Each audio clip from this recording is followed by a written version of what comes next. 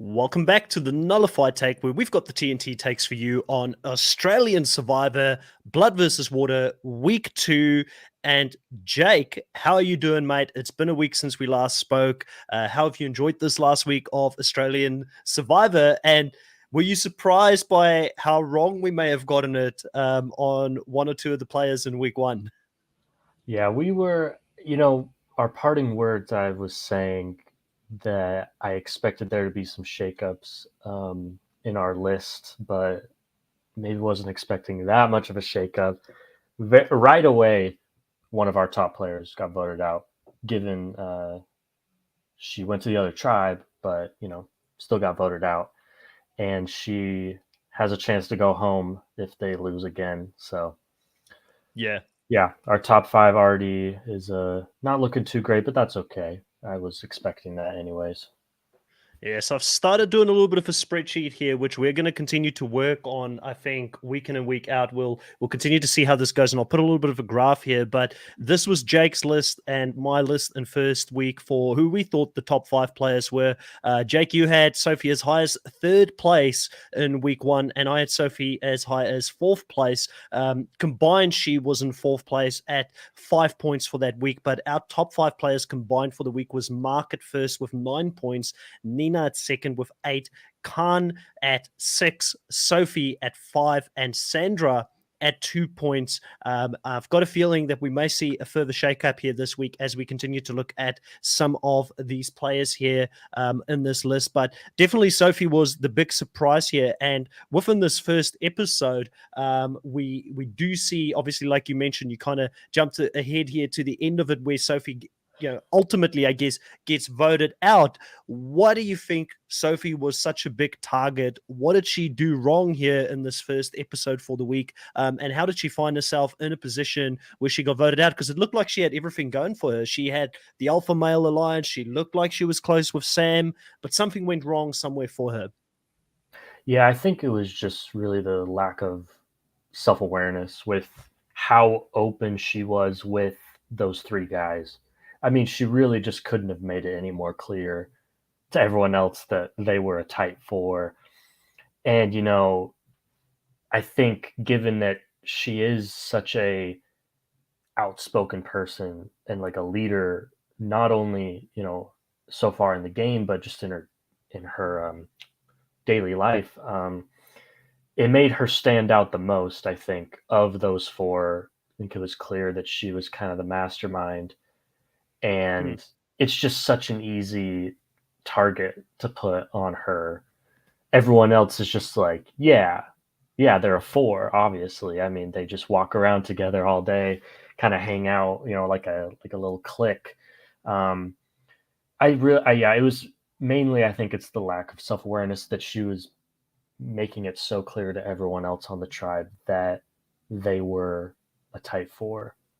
Yeah, and I mean, Sophie, like you mentioned, they're getting a very close relationship, a strong relationship there with the alpha males. Sandra, in one of the first 3 episodes, said that every season that she plays, she gets close to the alpha males as well and uses them to get herself further in the game. So I think that Sophie probably stole a little bit of Sandra's spot here in the game, something that Sandra wanted for herself, which put a little bit of a target on her. And one thing that we did see this week is that experience counts for a lot when it comes to playing the game of Survivor. I mean, Sandra has played this game now going into her 6th time, I believe, that she's playing this game. So she just really has an upper hand when it comes to understanding how to get into the cracks, how to set up these different factions, plant seeds that this faction is going to take over and be strong. And then she very strategically places herself here in the middle. And I was quite excited to see Sandra work this week and to learn a little bit more about the Red Tribe and the dynamics within the Red Tribe, because in the first week, we didn't really get to see a lot of who's the strategic mastermind, what does the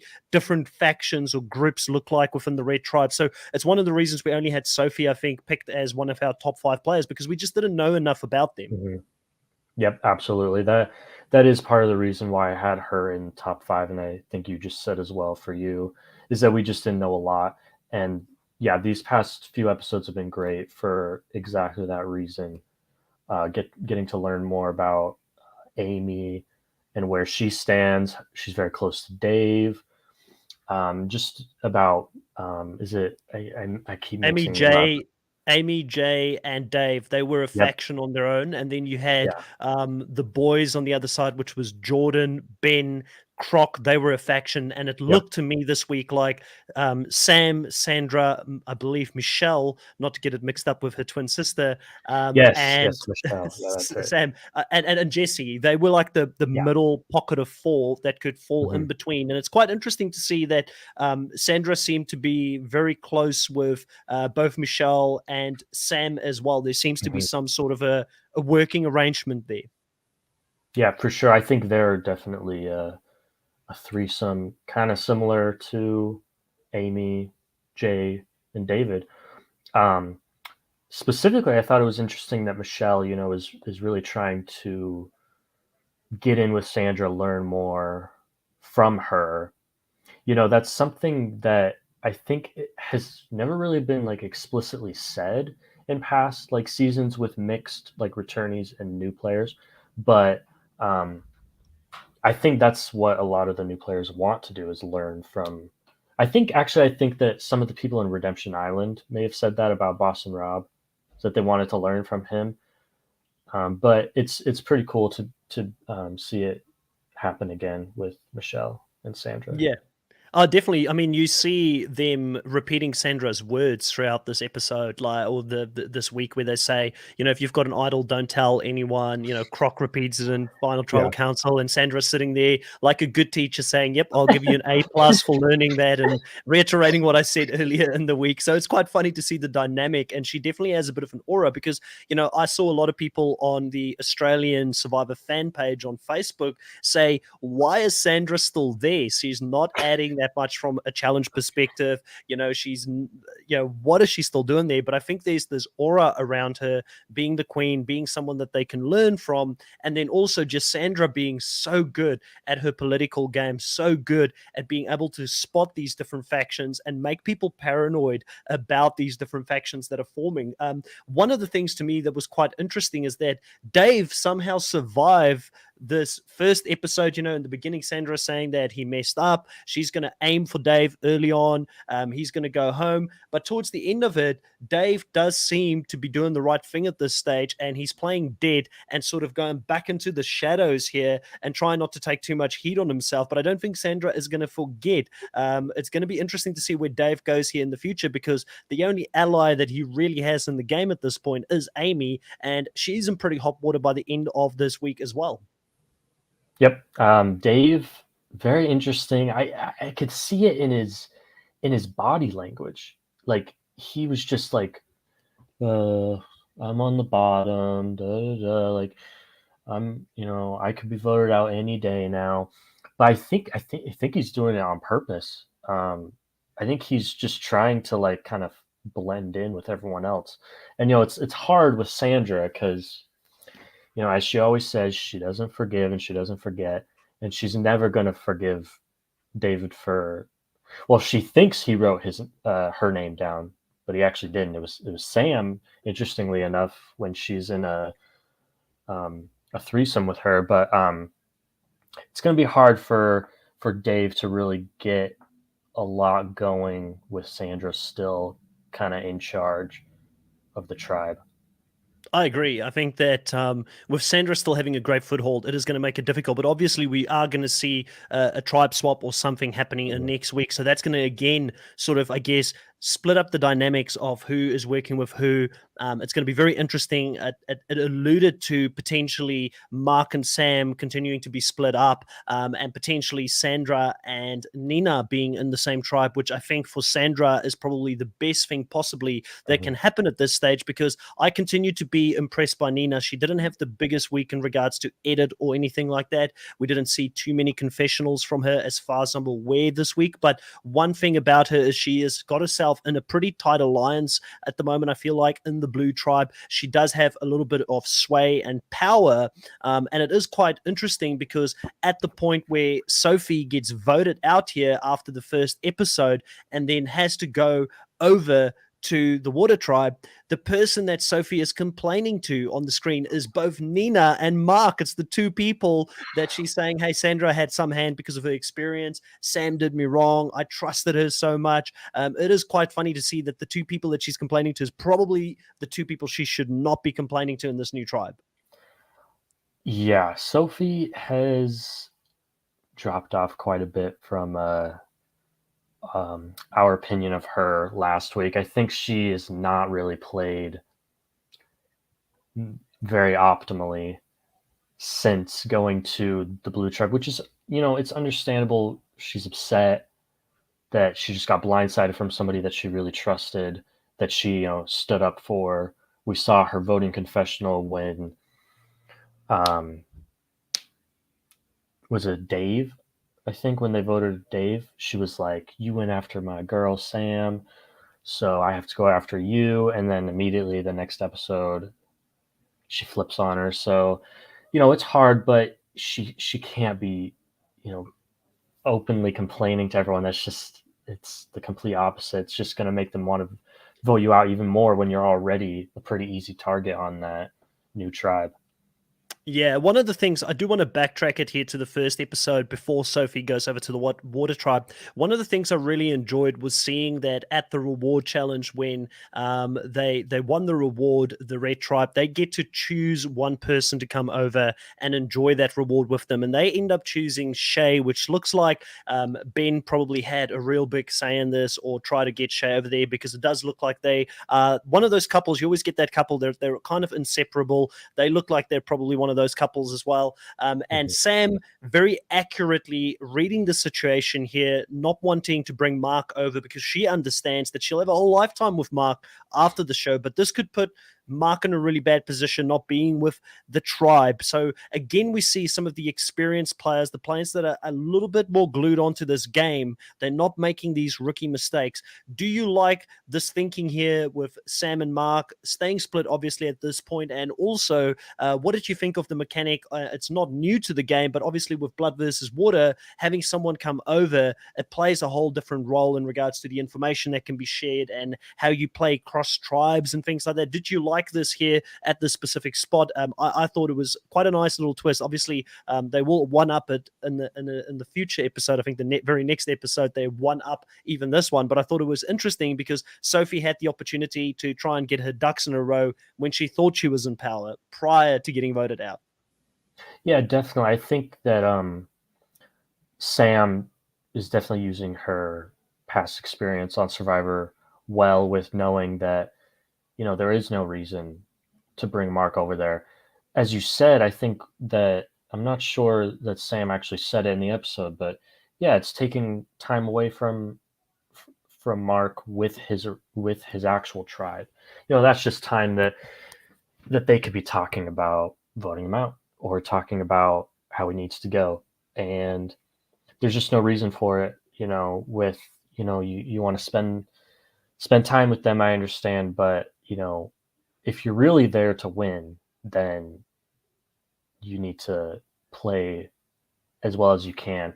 As for Sophie going over to the Blue Tribe, it is very interesting how her and her sister KJ are very different people and are very different players. So to see them together is pretty interesting, because I think KJ has not really had the loudest edit up to this point, and still not too crazy, but she's gotten some screen time now, and we see that she's pretty good herself. She was able to. We don't know what would have actually happened at that Blue Tribal Council, but it seemed like there was a good chance that Sophie could have survived that one. Yeah. And it seemed like that no one was really like, "Oh man, KJ's really playing hard to save her sister." It was like kind of low key, and I thought that was pretty cool. And Sophie just kind of was like, "Oh yeah, I may go home, I may not. I understand. I'm probably a target." Da, da, da.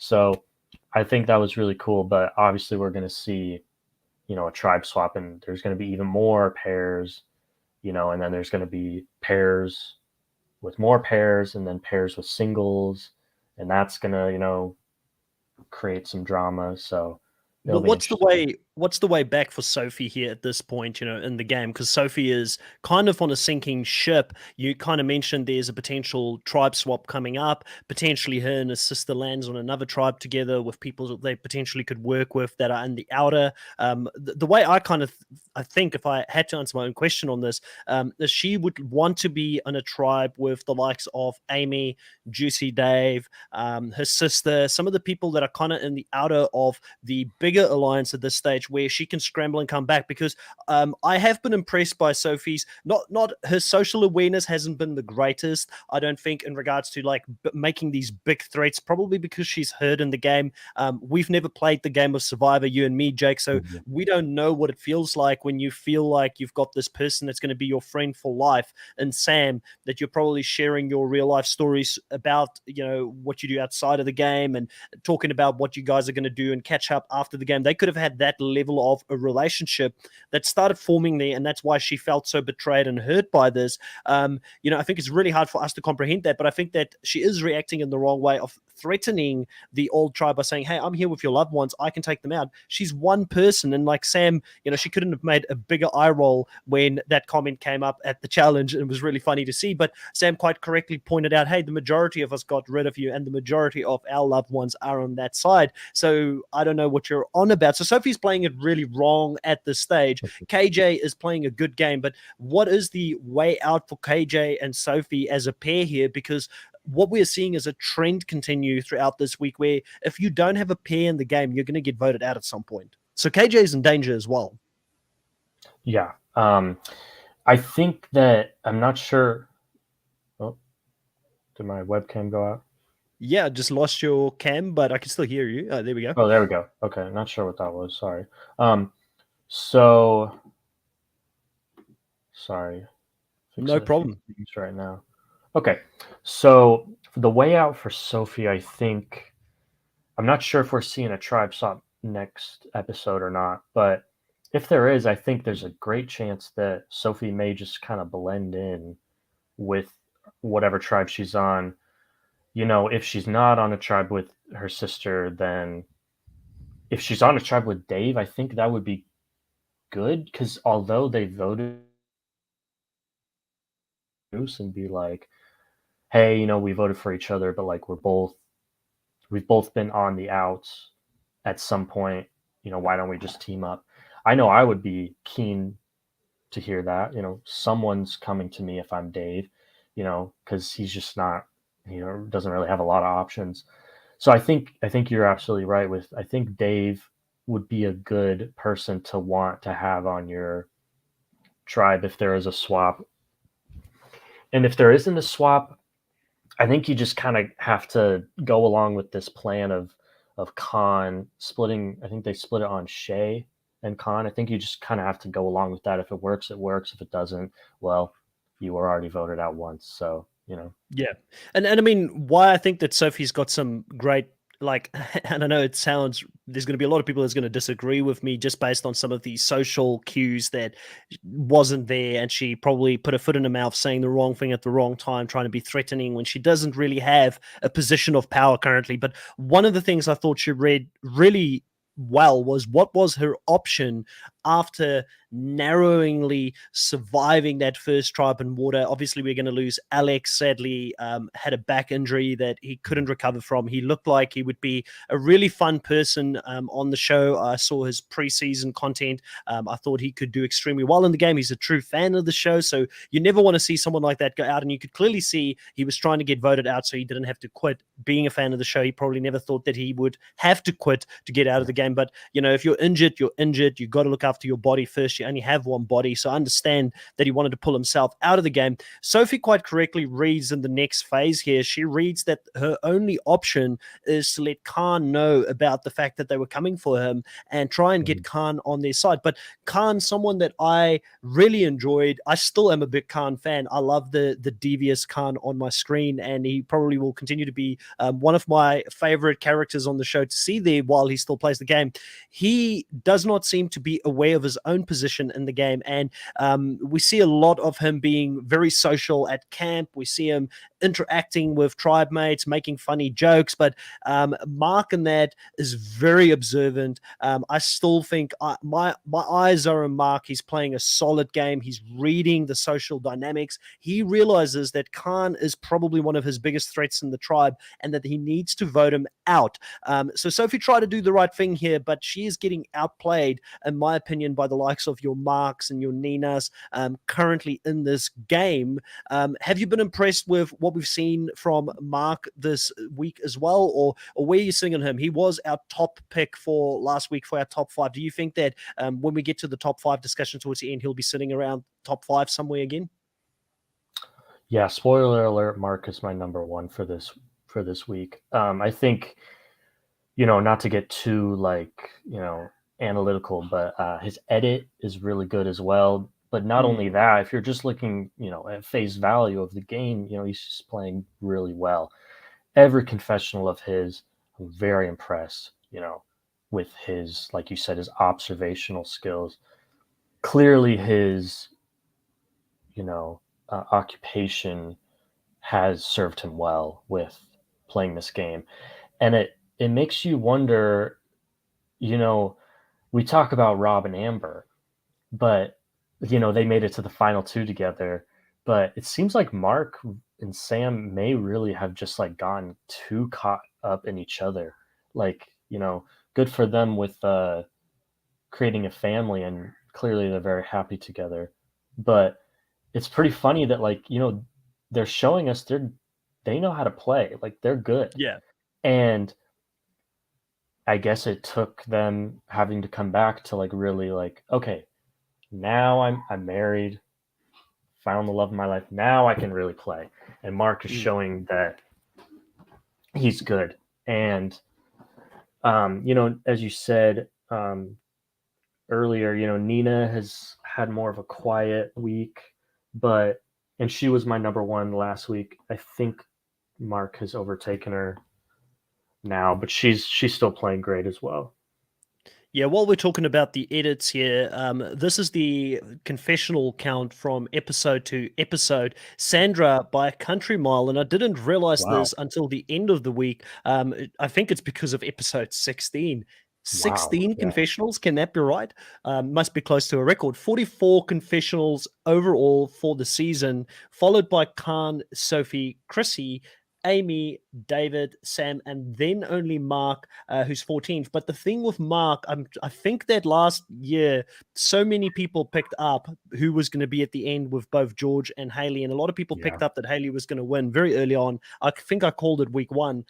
They're trying to hide Mark, I think, a little bit. But what I'm seeing with Mark, similar to you, he's getting the confessionals, the strategic talk is going his way, looking for idols, going his way at the reward. There's a lot of the times when he talks, it's about quality, where you see other people talk, it's more about entertainment. And then obviously Sandra having as big of an edit as she's got currently could mean one of 2 things. They're either trying to get everything out of her this specific season before she goes home, or it's just the fact that she is a legend playing this game, and you want to showcase a legend, someone who understands how to talk to the cameras as much as you can when you've got them there on the screen.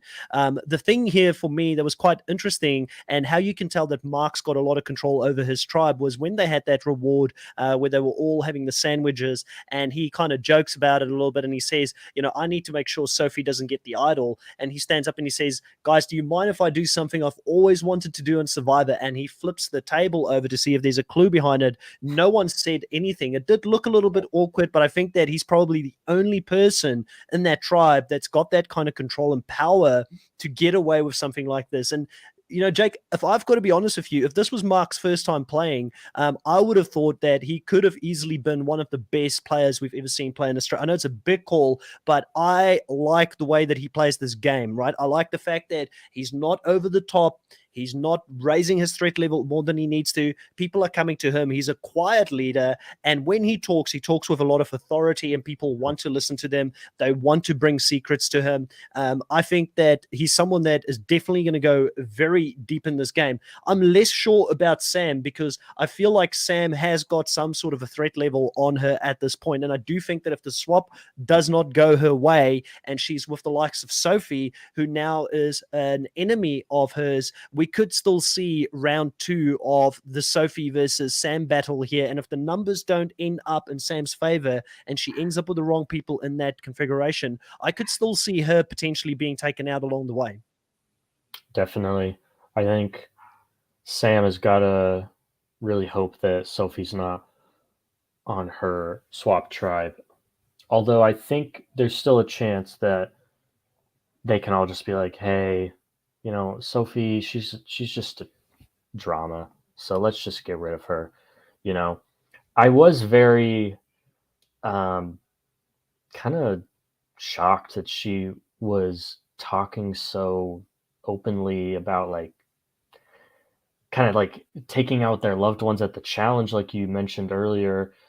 There's just no reason. I mean, I guess you want to give Jonathan interesting responses, because you want to have screen time. He's asking you questions, but there's just no reason for it, really, like in a strategic sense.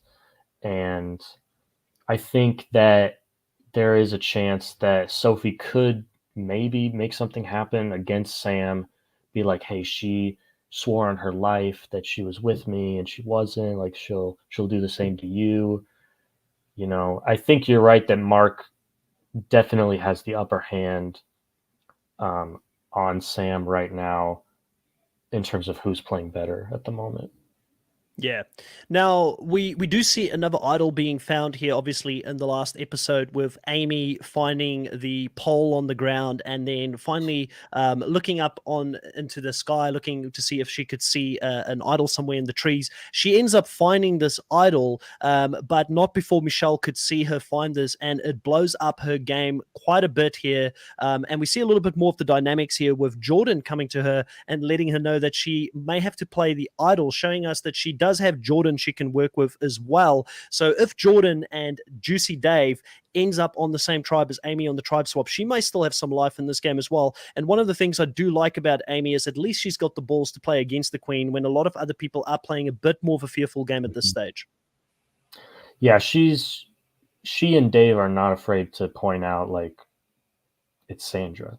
Like, why is she still here? She's the biggest threat of us all. She's already established that she can win twice.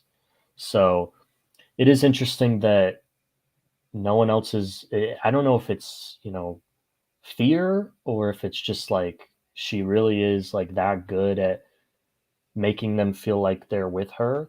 But everyone else seems to be with her. That they don't want to take her out. They'd rather take out Jay, who I'm not sure was really posing much of a threat to everyone else. So I'm not sure. Yeah, R.I.P. Jay. I think he also had 0 confessionals this season as well. He Did looked he like a really? fun guy. Yeah, I think he was a fun guy to have around camp, but he had 0 confessionals for the season. So we didn't really get to see much of him from a strategic standpoint, but I think he just got taken out because he was the least likely person that Amy would play the idol on, and also Alex was no longer in the game.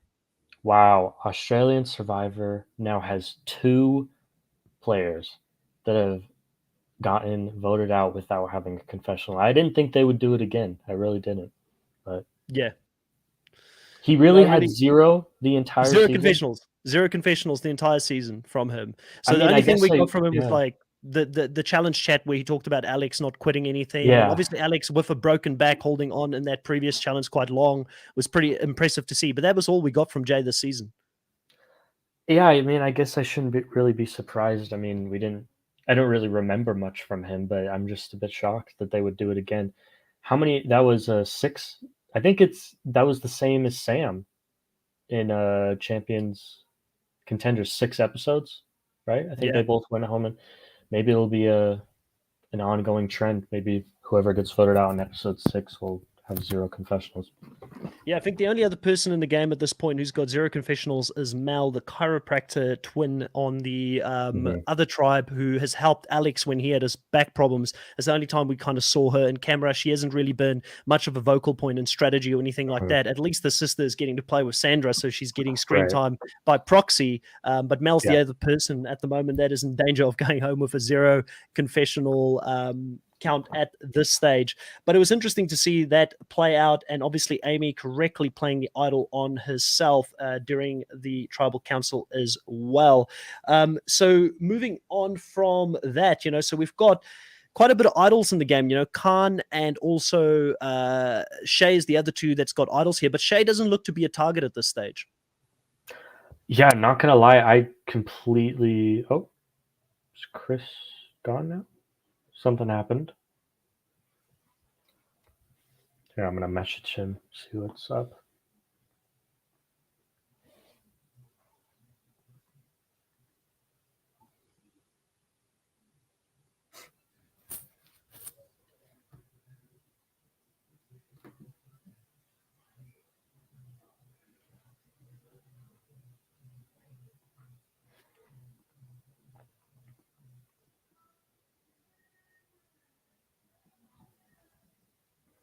His laptop died. He's turning it back on now. Should be back soon.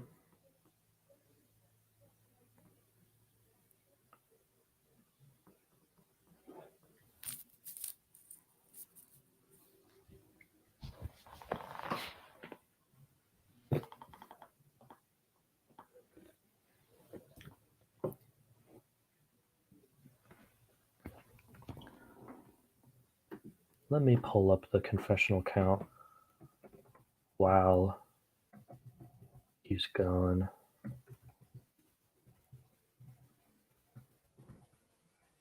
Already forgot.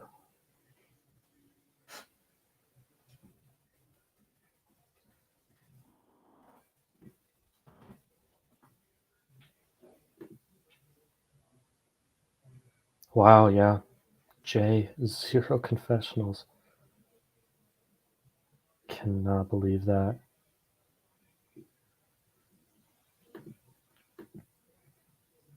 That's got to be the biggest issue with Australian Survivors, just the editing and the, variety of confessional. It just seems like they kind of choose a few people, per episode and just give them all to them. It's very rarely evenly spread out.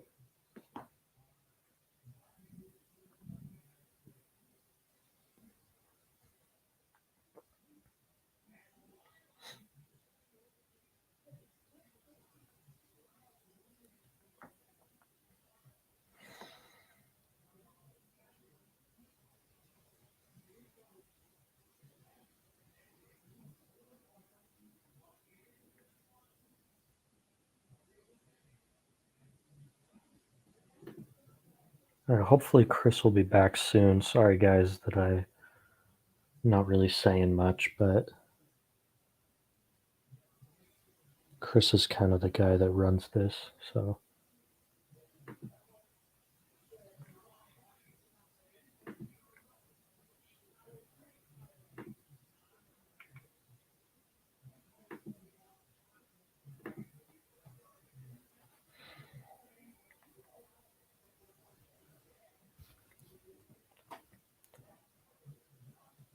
David is top 6 in confessionals, and he's only had confessionals in 2 episodes. Same with Amy. She is tied for 5th, and she's only had confessionals in 3, and she only had 1 in episode 1, and then she had 13 in this past episode. It's always very interesting to look at these confessional counts after every episode. Because, for example, like KJ, she had 11 confessionals in episode 5. I do not remember her having that many. Sorry about that. My laptop just decided to shut down in the middle of the stream. Oh, you're good. I was just looking at the confessional count again because I'm always very intrigued by the confessional counts every season, especially with Australian Survivor. They're very top heavy. Yeah, very top heavy. Normally, you've got a few players that you need to pay attention to, and then the Yep. rest of them, they're not as big of a factor. Speaking about some of the challenges that we saw this week, one of the things that the Australian Survivor season does do really well, a couple of big matchups on the physical side of things, but probably the biggest shock of the week was Croc being completely gassed by the end of the second week, the challenge that they did in the second part. How shocked were you to see the big boy, nearly being medevac there, because they had the medics out there and everything? It was quite shocking to see. Swimming probably not being one of his strengths out there, because it did take a lot of swimming for him as well. I definitely kept a close eye on Mark when he went out there to do the course as well, because him and Mark are the two big boys, and I thought that Mark may find it just as physically demanding as he did when he had to go and do that challenge. Yeah, I think I wasn't too shocked really, because I was shocked at first that he was gassed, but then I really thought about it. He has to pull himself up that rope, and he's a big guy. Like, that's hard, He's that's for like Sam, she was really good at that because she's not very big, and she was a pretty good swimmer, so she was able to zip through that, and then she doesn't really have to pull that much up. So I think I was a bit shocked at first, because we just think of him as like, oh, he's Croc, he's really good, physical competitor, but that I think that was just a tough challenge for the bigger guys, but Mark seemed to do pretty well in it. So Sandy saying he thinks that Sandra and Khan is the only two with at least one confessional every episode, and that that is sounds correct. about right. That Yeah, sounds about right. there's a few other top contenders that have had only one potential episode that they haven't had a confessional. Like Mark has had one episode that he didn't get a confessional. Sam has had one where they didn't have a confessional as well. And then there's a few others that have had even less than that. Sophie's only had one episode where she didn't get a confessional as well. So she's still pretty high. And that's what makes me wonder if Sophie has got a little bit more legs in her than what we may even think. She called herself the Wicked the Wicked Witch of the Outback. Did she take that title from Jerry Manthe? Yeah, she's are they in Outback or are they in the bush? Because I've heard that, or are those two the Outback same thing? still. I I don't know. think it's Marcus is from Australia. He'll correct me if I'm wrong, but I do believe where they're doing this still counts as the Outback. The Outback in Australia is massive. So it's a massive land area, and they're in a completely different location in the Outback, but I still believe it counts as the Outback as well. It might Yeah, even be this one might even be closer to where Australian Survivor or Survivor Australia was filmed. I don't think it's the same location, but it could be closer. And I have to say, location-wise, I'm enjoying this one a little bit more. It seems like the bush, there's a little bit more diversity in it compared to the previous one, which was a lot more flat and barren for me. And also, I think that they had like the man-made lake or whatever they had that they did the challenges on the previous one. This one they've actually got rivers and different things around that they can use. So I actually personally like this. And talking about that challenge that they did with Croc, where he gassed out, I love that challenge. That was one of the challenges where I thought I would love to go out there, swim, and climb this massive net up this cliff top to get to the top. That looked like so much fun to do and to be out there and participate in. that's one thing that I think Australian Survivor has it's just miles ahead of US, is just the challenges. That I will say it is getting a little bit more diverse with the it seems like the past few seasons of Australian Survivor have been too physical, like too many physical challenges. And now I think with that one was just like hard. It wasn't physical, you're not like,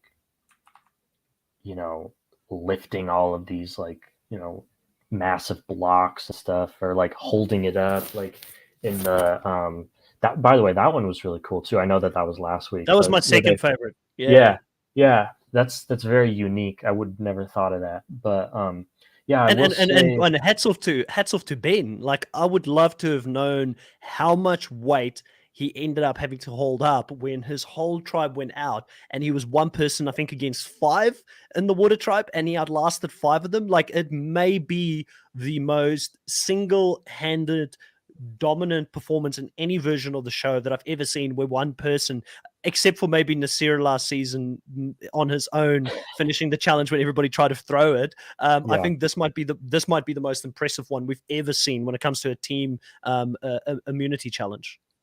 for sure. I think you're right. Um, but yeah, back to that challenge where they had to climb the net. The scenery was beautiful at Mm. that challenge. There was like waterfalls, and it's just right there. Like while they're doing the challenge, I would have just been staring around like the whole time. I wouldn't have been paying attention if I was there.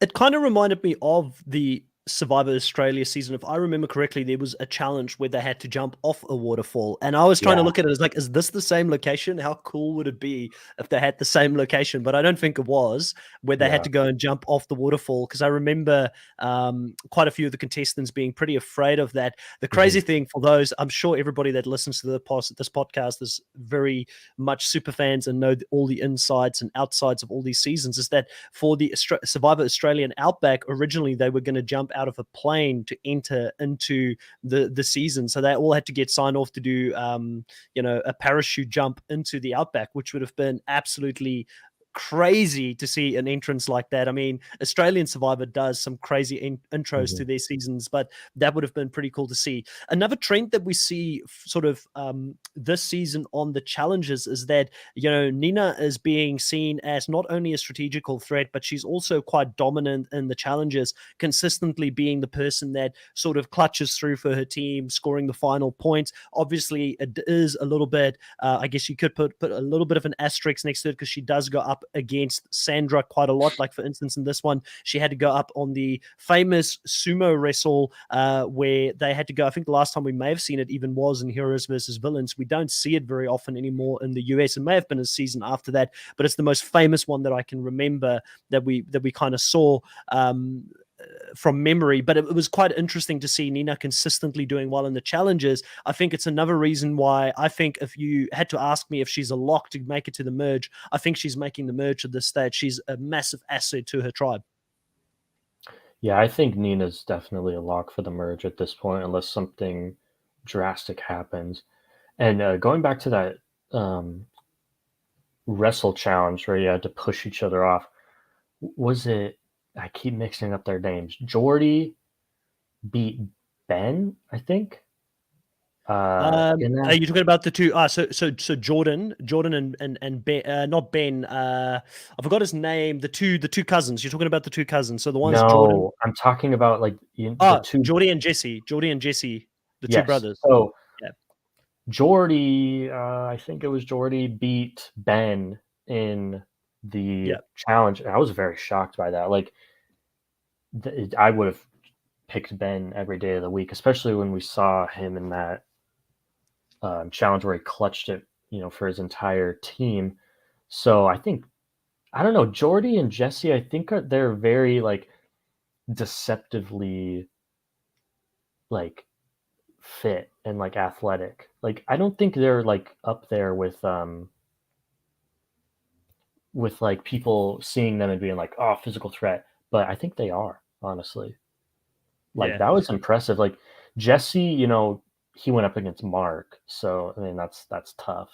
But he held But his but own. I liked when he went up against Mark, that they used that as a point in the game where they could talk to each other and get Yeah. information across. Where Mark was like, "Tell me a bit about Sophie," and Jesse's like, "She's a snake," And I like seeing that again, showing Mark playing the game. I mean, we've seen this with some of the greatest players like Dave trying to play an idol with another tribe, doing the cross tribe things. I look at this almost as just as dangerous, because he's already building these cross tribe alliances. Now Jesse knows that if he ends up with Mark in a tribe, I can work with Mark. Mark is willing to ask me for information. He's willing to Mhm. strategize with me.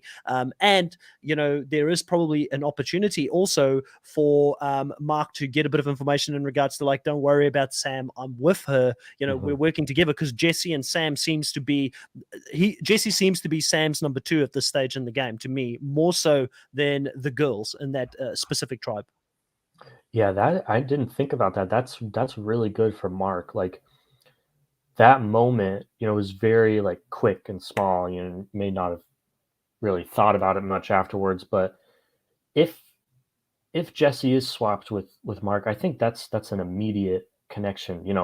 Like you said, Jesse is very close with Sam, and they had that moment. So I think that they would click immediately, and that would be just another ally for Mark to add to his already pretty big number. Yeah, he's in a definitely a power position, I would say, at this stage when it comes to the game, with the different alliance members that he's got in the game, and then obviously talking about somebody that's not going to be a threat when it comes to being able to be physically there for their tribe and the challenges. I think out of the physical beasts that we see this season in Australian Survivor, he's the only one at this stage that's standing out for me personally as a true contender to go all the way, because a lot of the other players that potentially I think has got the upper hand in the season and that is running the strategic direction of it, they're not necessarily your Geordies, your Bens, your Jessies, your Jordans. None of these other big alpha guys are kind of coming across as really running the show for me. They're kind of a tool within the game that different players are using to get themselves ahead. And it's quite funny seeing Australian Survivor make this big physical aspect out of all these different challenges. But at the end of the day, those are not the players that's really dominating this game for me, and not the players that I've got my eye on going into the end game that I think is gonna run away with it. Looking at the challenges, it was quite interesting as well, seeing the challenge where they all had to be down in the water and they had the ball that they had to get up the ramp in the opposing side, and it looked like something that we've seen a few times also in the US Survivor, but normally it's not in water. It's normally the 2 nets on both sides. I famously remember in, I think it was Survivor Samoa, where Ben kicked Russell or someone on the other side, Russell Swan, I believe, which got quite physical. That might be the last time that we've seen something similar to this, where they have to throw it into a net. Did you like? Schmergen Brawl, I think it was called. Yeah, I can't remember, but yeah, it's what did you think of this challenge? I assume that you were quite impressed by JLP calling Nina a great, what was it, a quarterback or something like that? Would you call it, or a running receiver? I don't know. Yeah, unfortunately, I actually didn't watch that challenge. I have been pretty strapped for time, so I had to skip that reward challenge. I did catch all of the immunity challenges, but I didn't catch that one. If it was anything like Schmergen Brawl, then I'm surprised there were no injuries in it. I think there's some people that would have picked up some injuries. Apparently, even Kate, who got voted out in the previous week, Andy's little sister, she had some broken ribs after the season that she had to Really? get looked at. So I think there's some Wow. physical. The Australian seasons are so physical, and I think there's a reason that the US have started taking away some of these headbangers in it. It's probably because of all the injuries and things that happen. It's great for us as viewers to watch, and we enjoy seeing the brawls. But I think for the players being out there, it can be definitely something that can really put them back and injure them long term within the game.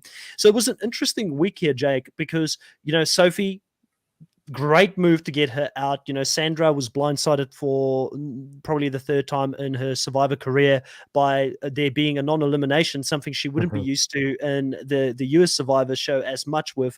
And then also seeing, in the 2nd episode, Alex blindsiding his tribe, even though, again, we see Mark in the tribal council saying, no, we're not going to do it. We're going to vote who we want to vote out, which I believe would have been Khan, that they tried to blindside in that specific vote. So another blindside here.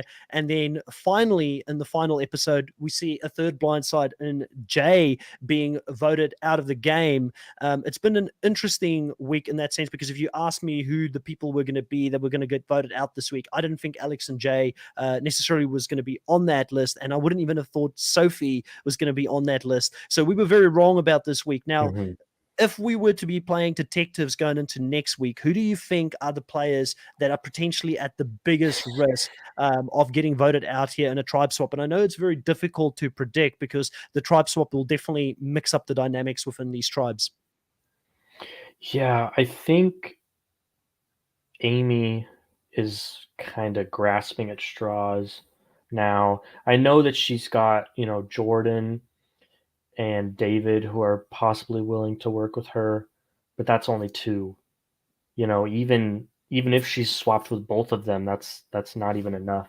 So you still need more than that. And obviously David is in that group as well. Um, I think Amy is probably a big one that I would not be shocked if she was gone next week, especially now that she had to use her idol, so she's got no protection at this point either. So Amy for red, who do you think in water did you say in water would be I guess Sophie is probably the most predictable Yeah, one currently. yeah. Either her or Khan. Although it's difficult now. Once you maybe there was some foreshadowing. I was thinking about that quote by Mark, if you remember. He says, "When you go after the king, you got to kill him." They tried to go after him. I know that they didn't actually vote and write his name down, but they Mm. were about to, and then it was taken away from him. Maybe there's some foreshadowing there. Maybe that plan is not going to work. So I was thinking maybe Khan would be in trouble, but I think there was a lot of buildup. Everyone is like coming together, coming together. Okay, we're good, we're good, and then it just fell apart. And I don't know Yeah. if it's they're going to be able to bring it back together again. That's tough. And one of the things that stood out for me this week was that Khan and Amy seem to be both very aggressive and strategic players. Like it's quite impressive because you mentioned that Sophie and KJ they're kind of two different players. Khan and Amy to me seem to be very much a little bit of the same type of player, the Hmm. ruthlessness that they've got in making moves, not being afraid to go after it. And I still look back at why did we see this whole, and I mean, it did come up, I guess, in conversation in this week where Mark said, listen, I do have an alliance with Khan, but I'm using it to get him on our side to feel comfortable. But I do think that alliance could still come into play if Khan and Hmm. Mark ends up on a tribe with Amy. Amy could potentially be in a better spot. This next week could really, shuffle the deck in a way where different players that haven't had much power could come back into play and take a little bit more of a power position. So I had one of the guys that he runs the Survivor Worldwide group say that the swap is happening too soon this season. I don't agree. I think it's a great time to do the swap right Hmm. now. I think that a lot of alliances have started to set in and certain players on in the outs, and I would like to see how the great players survive from a swap at this stage in the game. I agree. I think the swap is coming at a good time as well. I think, as you said, alliances have kind of been set. And I think if you let it go any longer, we're going to start seeing, just kind of boring people at the bottom get picked off. Although I don't know because we've seen some unpredictable vote offs this week, but I would think that this is a good time to switch things up. I agree 100% with you. I think it's a good time for us, Jake, to go into our top 5 players for the week. Now, you mentioned that your top player for the week is Mark at the Yep. first place, right? So you're going Yeah. to give him 5 points. And I think both me and you have spoken at length of why we think Mark is probably playing the best game. Is there anything you wanted to add to why you are putting Mark as your first place for the week? Yeah, I think we kind of covered it. He's he's just in charge of everything really on that blue chart from what we can see, and no one is really looking at him. I mean, he's a physical threat, and no one has really brought that up. I mean, there's just not really there's really not a lot of flaws to Yeah, point I out. agree. Yeah. I agree. I think Mark's playing a solid game. He's my first pick as well. And I'll go first with the second pick for the week for who I think is playing the second best game at this point. It is tough because there's quite a few players that have started to emerge slightly from the game and they're playing better and better. But I'm going to put Sandra as my number 2 for the week. I think that Yeah. I think that Sandra has taken control of this game, and if they don't take her out very soon, like I was impressed by her just surviving in the first week. Now she's starting to dictate where people are voting. She's starting to plant seeds. I think she's going to get more and more dangerous, especially if she links up with Nina. So at this point, I think Sandra's playing the second best game. I don't see any problems with that. I completely agree. Who's your third pick then? So Wait, is this my third or second? Oh, so second. Oh, sorry. Who's your second pick? I thought you were agreeing Second, with me. I would pick Sandra, but I'll make our list a bit different. I'll go with Sam. All right. The What do you like about two. Sam this week? I think that was probably a tough decision for her to get rid of Sophie, but I mean, she's in a great spot, I think now. I mean, might not look too great if she's swapped with Sophie, but I believe we're just going off of how they played this week, right? So we're not Yeah. really looking too much in the future. So, I mean, she's kind of ingrained herself with Sandra and Michelle or Mel. Sorry, I get them mixed Yeah. up. They're Michelle. twins. So Michelle. Michelle. And I think that's a great threesome right there. They were able to devise the plan against Amy and Jay, and I think she was just good at just kind of not letting the Sophie stuff get to her. It was probably tough to have her, especially when they had that reward where they were all together. She was like confronted kind of by Sophie, and she was able to handle it well. So I don't know. I just think she's playing a solid game. So All right. I don't disagree with you. Sam will probably be my third place as well. Who's your third place? I'll put Sandra. I can't put her any lower than 3. And Sandra. Yeah.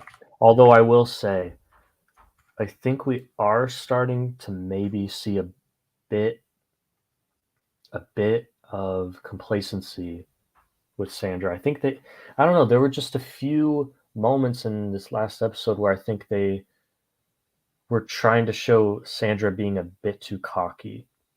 Yeah. And which obviously, I mean, everything went her way, so I agree. no reason not to be cocky Yeah. because everything's gonna go your way. But I don't know.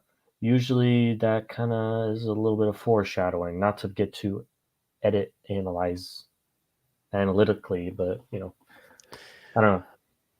Jake, I'm starting to have real problems here with my computer. I think it's going to shut down again. I don't know what is going on. I'm going to stop it at the top 3 for both of us for now. So we've got Mark, All right. Sam, Sandra for both of us, just in case I do get cut off. I'm going to message you to get the 4th and 5th one, and I'll post it on Instagram who the 4th and 5th one was for the week, just in case we get cut off here, because I don't want it to cut off midway through again. I don't know what's going on. I think it's an update that I need to do with my computer that it's refusing me to continue on without doing it on it. But overall, it's been a great week. I'm looking forward to talking to you about week 3 to see what's going to happen with the tribe swaps. I think when we get to the new tribes, it's going to be a whole different game. So looking forward to talking to you about that. For everybody that's been here on the live, thank you so much for this. I do apologize for the issues I've had with my computer today. It's never happened before. Hopefully I got it sorted out before next week. But Jake, we'll be in touch. You let me know who 4th and 5th is, and I will put a post up on Instagram and also Twitter. And I look forward to hearing that, and I'll talk to you next week. I'll just say goodbye to everyone now.